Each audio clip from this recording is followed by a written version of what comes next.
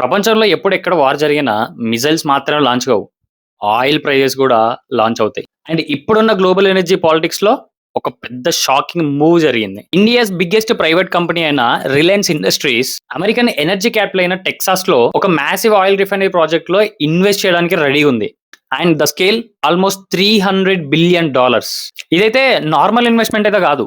United states లో almost 50 years తర్వాత ఒక ఆయిల్ రిఫైనరీ బిల్డ్ అవ్వబోతుంది. సో ఇక్కడ క్వశ్చన్ ఏంటంటే, ఒక ఇండియన్ కంపెనీ అమెరికాలో ఎందుకు ఇన్వెస్ట్ చేస్తుంది, ఇండియాలోనే ఒక పెద్ద మార్కెట్ పెట్టుకుని కూడా. సో ఇలాంటి విషయాలన్నీ కూడా ఈ రోజు మనం ఈ వీడియోలో తెలుసుకుందాం. మరి ఇలాంటి ఎంతో నాలెడ్జ్ మీ వరకు రావాలి అని అంటే మీరు చేయాల్సింది వెరీ సింపుల్. కనిపిస్తున్న సబ్స్క్రైబ్ బటన్ ని క్లిక్ చేయండి. అలాగే బెల్ ఐకాన్ ని కూడా యాక్టివేట్ చేసి పెట్టుకోండి, సో దట్ నేను వీడియో పెట్టిన వెంటనే మీ వరకు వస్తుంది అండ్ మీరు నేను అందించే నాలెడ్జ్ ని కన్స్యూమ్ చేయొచ్చు. సబ్స్క్రైబ్ చేశారా మరి? Okay, done.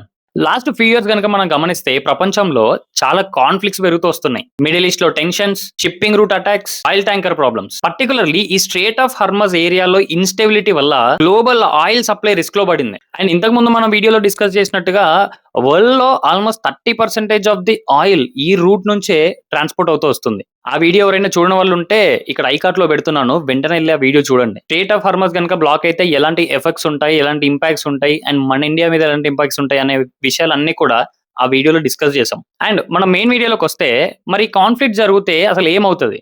Oil prices instantly shoot up అవుతాయి. అండ్ ఇక్కడ ఎవరైతే ఆయిల్ ఎక్స్పోర్ట్స్ ఉన్నారో వాళ్ళకి జాక్ పాట్.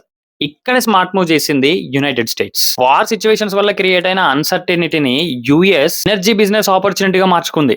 నిజం చెప్పాలంటే ప్రపంచంలో ఎక్కడే వార్ జరిగినా ఫస్ట్ బెనిఫిట్ అయ్యేది యుఎస్. ఇక్కడ 3 మేజర్ బెనిఫిట్స్ ఉన్నాయి యుఎస్ కి. ఫస్ట్ వచ్చేసి ఆయిల్ ప్రైజెస్ హై ఉంటాయి. సో అమెరికా కనుక ఆయిల్ ప్రైజెస్ హై ఉన్నప్పుడు వాళ్ళ ఆయిల్ ని ఎక్స్పోర్ట్ చేస్తే హ్యూజ్ ప్రాఫిట్స్ సంపాదించుకోవచ్చు. సెకండ్ వచ్చి ఎల్ఎన్జి గ్యాస్ ఎక్స్పోర్ట్స్ ఇంక్రీజ్ అవుతాయి. ఇప్పుడు చూసుకుంటే వరల్డ్ లో ఉన్న చాలా ఎల్ఎన్జి గ్యాస్ ఎక్స్పోర్ట్స్ లో యుఎస్ కూడా ఒకటి. యూరోప్ కి రష్యా గ్యాస్ సప్లై రెడ్యూస్ అయ్యాక యూరోప్ యుఎస్ పైన ఎల్ఎన్జి గ్యాస్ కోసం డిపెండ్ అయ్యింది. అండ్ థర్డ్ బెనిఫిట్ వచ్చేసి ఫారెన్ ఇన్వెస్ట్మెంట్స్ ని అట్రాక్ట్ చేస్తుంది.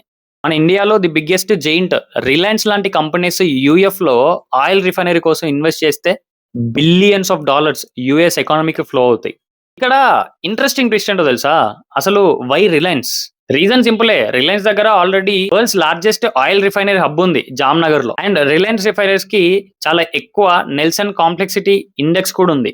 దీని మీనింగ్ ఏంటంటే హెవీ క్రూడ్ ఆయిల్ ని కూడా ఎఫిషియెంట్ పెట్రోల్, డీజిల్ గా కన్వర్ట్ చేయగలదు. సో ఇక్కడ యుఎస్ కి చూసుకుంటే ఇటు టెక్నాలజీ, అటు ఇన్వెస్ట్మెంట్ రెండు కూడా దొరుకుతాయి. ఇప్పుడు ఇక్కడ ఇండియా సిచ్యువేషన్ కూడా ఈజీగా లేదు.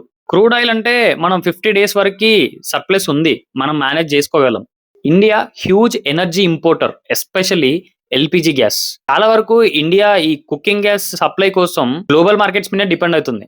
బట్ ఇక్కడ ఈ వార్ కనుక షిప్పింగ్ రూట్స్ ని డిస్టర్బ్ చేస్తే ఆర్ ఆయిల్ సప్లై రెడ్యూస్ అయినా మన ఇండియాలో ఎల్పిజి ప్రైస్ అనేవి చాలా ఇంక్రీజ్ అవుతాయి. అండ్ కొన్నిసార్లు సప్లై ప్రెషర్ కూడా క్రియేట్ అవ్వచ్చు. ఇప్పుడు జరిగేది కూడా అదే. ఇండియాలో ఎల్పిజి షార్టేజ్ వచ్చింది. సో దానికి గవర్నమెంట్ తీసుకున్న డిసిషన్, హౌస్ హోల్డ్స్ కి అయితే ఎట్టి పరిస్థితుల్లోనూ గ్యాస్ ఆగకూడదు. సో అది రెగ్యులర్ గా వెళ్లాల్సిందే. అండ్ ఈ ఫ్యాక్టరీస్, రెస్టారెంట్లు ఇట్లాంటివి ఏవైతే ఉన్నాయో 80% మాత్రమే డిస్ట్రిబ్యూషన్ ఉంటుంది. ఎందుకంటే ఇక్కడ మన హౌస్ హోల్డ్స్ ఇంపార్టెంట్ కదా, వాళ్ళకి సప్లై అనేది ఆగకూడదు. అండ్ ఇక్కడ ముఖేష్ అంబానీ స్ట్రాటజీ కూడా చాలా సింపుల్ గా కనిపించిన ఇట్స్ వెరీ పవర్ఫుల్.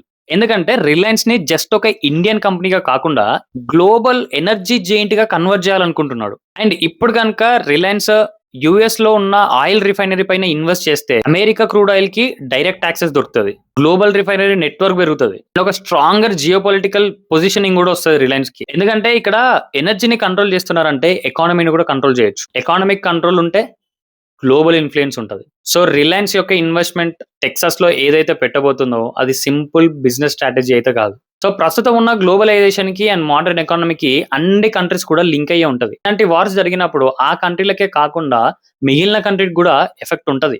గ్లోబలైజేషన్ వల్ల బెనిఫిట్స్ అన్ని పొందుతున్నాం మనం, అప్పుడప్పుడు ఇలా సఫర్ కూడా తీసుకోవాల్సి వస్తుంది. ప్రపంచంలో ఎప్పుడు ఎక్కడ వార్ జరిగినా ఒక కంట్రీ మాత్రం చాలా బెనిఫిట్ అవుతుంది, అదే యునైటెడ్ స్టేట్స్. ఇప్పుడు చూడండి, ఎనర్జీ మార్కెట్ ని యూజ్ చేసి కొన్ని బిలియన్స్ ఆఫ్ రూపీస్ ని ఎర్న్ చేస్తుంది. మరి రిలయన్స్ యుఎస్ ఎనర్జీ మార్కెట్ లో ఎంట్రీ ఇచ్చాక next global oil super power ఎవరు అవుతారు?